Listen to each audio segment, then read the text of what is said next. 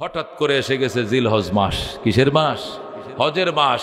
Yemen থেকে হাজার হাজার মানুষ যারা পয়সাওয়ালা ছিল, খ্রিস্টান যুগ ছিল তখন। কোন যুগ ছিল? খ্রিস্টীয় যুগ ছিল। ঘটনাটা আমার নবীর জন্মের আরো 2 মাস আগে, যেহেতু নবীর জন্মের 2 মাস আগের ঘটনা, সুতরাং ওই সময় তো ইসলাম আসে নাই, খ্রিস্টান ধর্ম ছিল। ইসলাম তো আমার নবীর মাধ্যমে আসছে, কথা কোন ঠিক কিনা?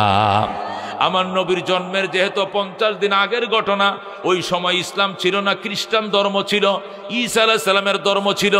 এই জন্য মুসলমান খ্রিস্টীয় যারা ছিল ইমানদার, ওরা হাজার হাজার খ্রিস্টানরা ওঠের ফিটে করে, আর কিসের? গাদার ফিটে করে, ঘোড়ার ফিটে করে লব্বাইক আল্লাহুম্মা লব্বাইক লব্বাইক লা শারীকা লাক লব্বাইক ইন্নাল হামদা ওয়ান নি'মাতা লাকা ওয়াল মুলক লা শারীকা লাক বলে মক্কার দিকে ছুটছে।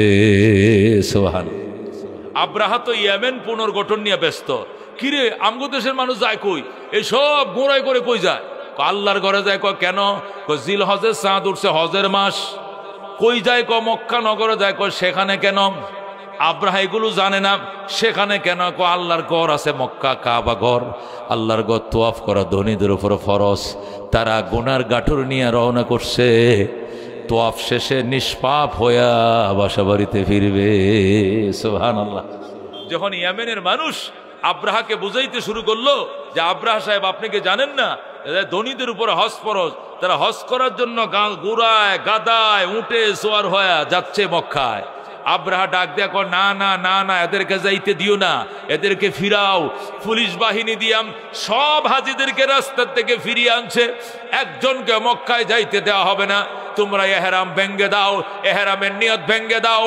আল্লাহর ঘর মক্কায়, এই জন্য মক্কায় যাইতে হবে কেন? আল্লাহর ঘরের দ্বিতীয় ইউনিট আমি ইয়েমেনের মধ্যে বানাইতেছি, এরপরে এই দেশে তোমরা হজ করবা, মক্কায় যাইতে দিব না। নাউজুবিল্লাহ।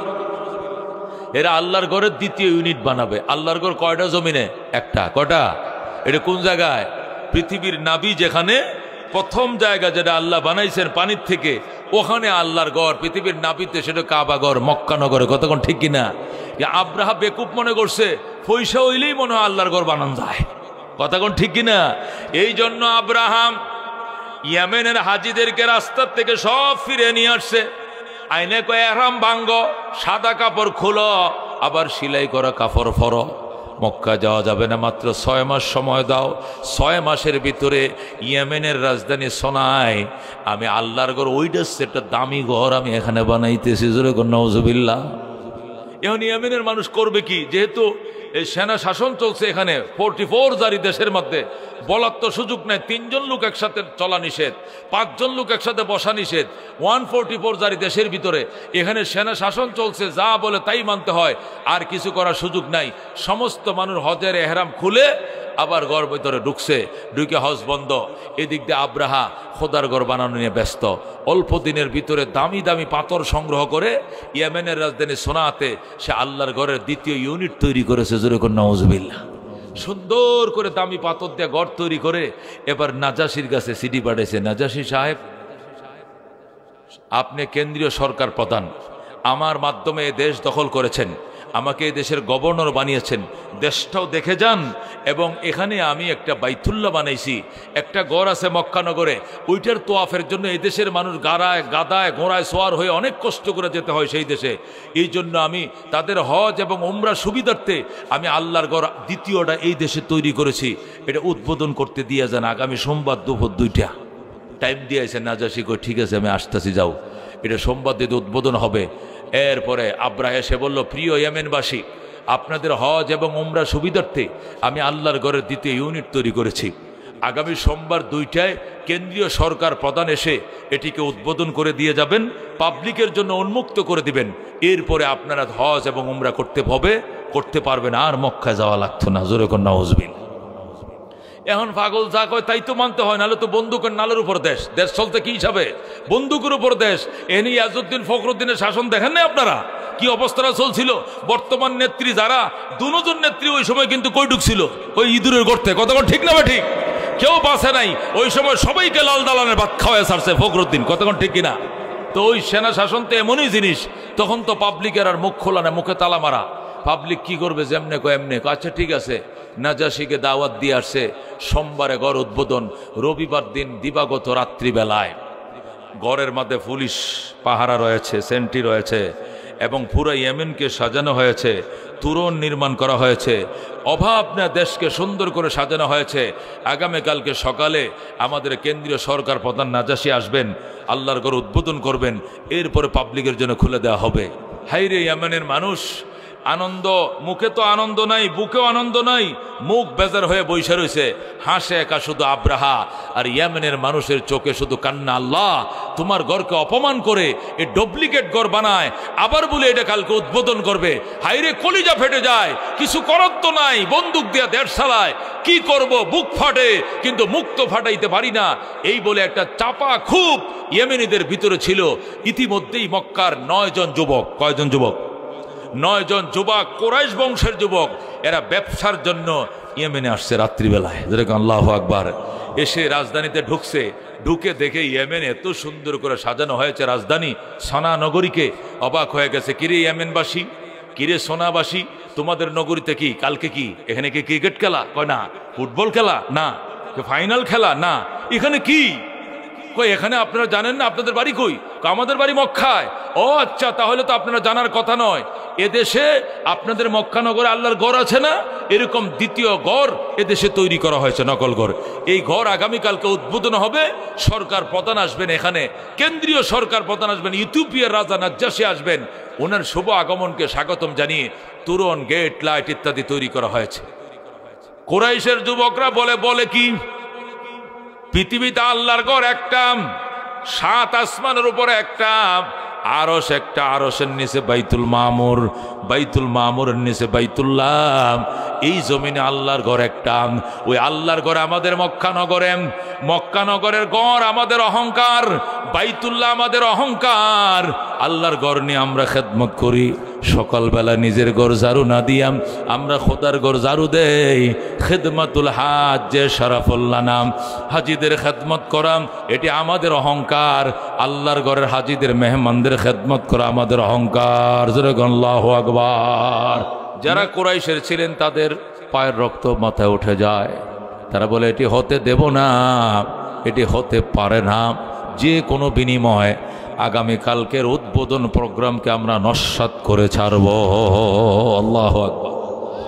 আগামীকালকে নাজাশী এই তথাকথিত বাইতুল্লাহ নামে যে ঘর, এই ঘর উদ্বোধন করতে নাজাশীকে দেব না। তখন এই 9 জন যুবক ব্যবসা বাণিজ্য থেকে হাত ধুয়ে মুছে পরিষ্কার করে ব্যবসার কথা দিল থেকে বাদ দিয়ে তারা ওই ঘরে গেল, যা দেখলো ঘরে পুলিশ মোতায়েন করা।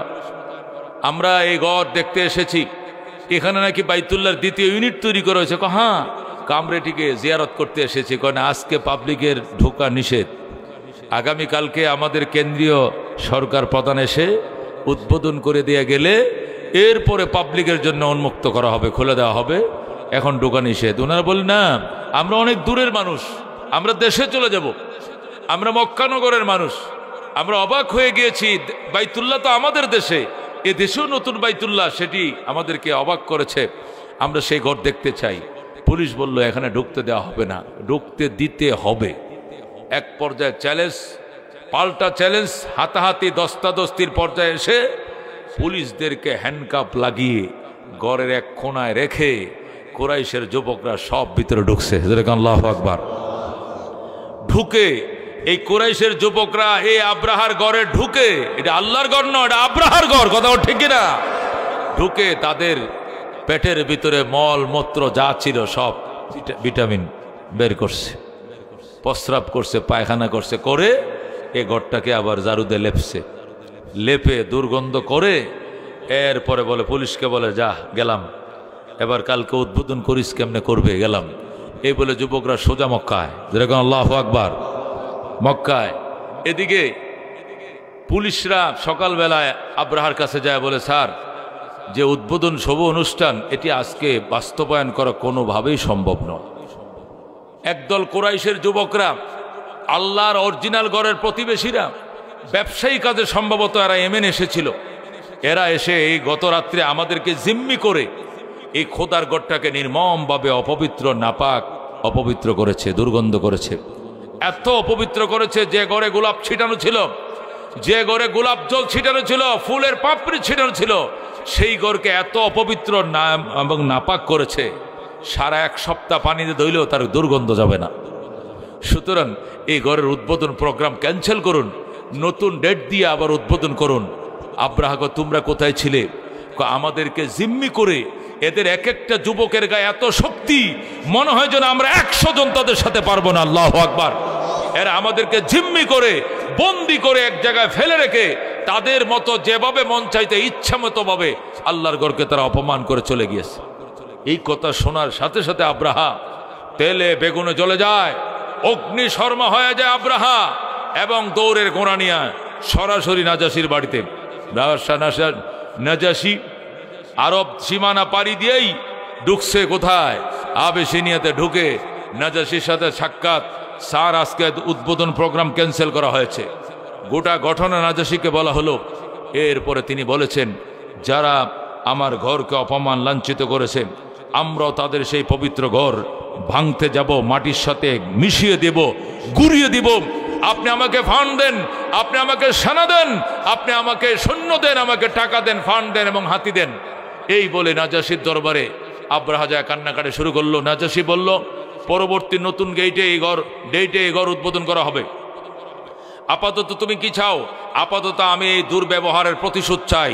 যারা আমার ঘরকে ধ্বংস করেছে, আমিও তাদের ঘরকে ঘুরিয়ে দেব, ভেঙ্গে দেব। জোরে কর নাউজুবিল্লাহ।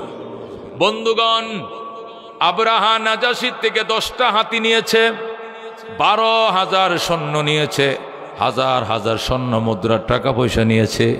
নিয়ে এসে ইয়েমেনের রাজধানীতে বিরাট বড় সমাবেশ করে বলে, প্রিয় ইয়েমেনবাসী, আপনাদের হজ এবং উমরার সুবিধার্থে আল্লাহর ঘরের দ্বিতীয় ইউনিট তৈরি করেছিলাম।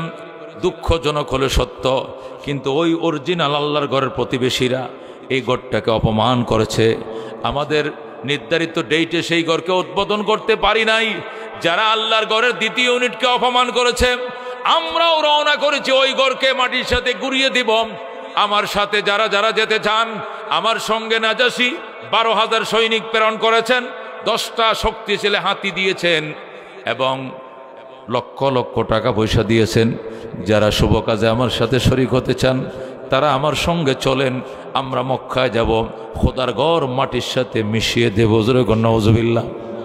ইয়েমেনের যুবকরা আব্রাহার বক্তৃতা শুনে বলে, ও লৌহ মানব, খোদার দুশ্মন, পিস্তল ঠেকিয়ে 144 জারি করেন, সেনা অভ্যুত্থান দিয়ে আমাদের দেশ দখল করেছ, আমাদের দেয়ালে পিঠ লেগে গেছে, আমাদের পিছানোর আর কোনো সুযোগ নাই। বেঈমানের বাচ্চা, আল্লাহর ঘরের দিকে তুই যদি একটা কদম বাড়াবি, তোর পায়ের গিরা কেটে দিব আমরা। আল্লাহু আকবার। এই ইয়েমেন থেকে কোন পথ দিয়ে মক্কার দিকে অগ্রসর হইবা? যে রাস্তা দিয়ে মক্কার দিকে অগ্রসর হইবা, সেই রাস্তার মাঝে ইয়েমেনের হাজার হাজার খোদার ঘরে প্রেমিকরা শুয়ে পড়বে। আমাদের গায়ের উপর দিয়ে হাতি চালাইলে যাইতে পারবা, মক্কায় ছাড়া যাইতে দিব না। এই বলে ইয়েমেনের হাজার হাজার যুবক স্বেচ্ছায় মাটিতে শুয়ে যায়, রাস্তার পাশে শুয়ে যায়, আর বলে ইয়েমেনের, ও আব্রাহা, যদি তুমি আল্লাহর ঘর ভাঙতে যাও, এই রাজপথ দিয়ে তো যাইবা। লক্ষ লক্ষ যুবক জীবন বাজি রেখে শুয়ে পড়েছি, আমাদের গায়ের উপর দিয়ে হাতি চালায় যদি যাও, যেতে পারো, এছাড়া তোমাকে এক কদম মক্কার দিকে অগ্রসর হতে দেওয়া হবে না।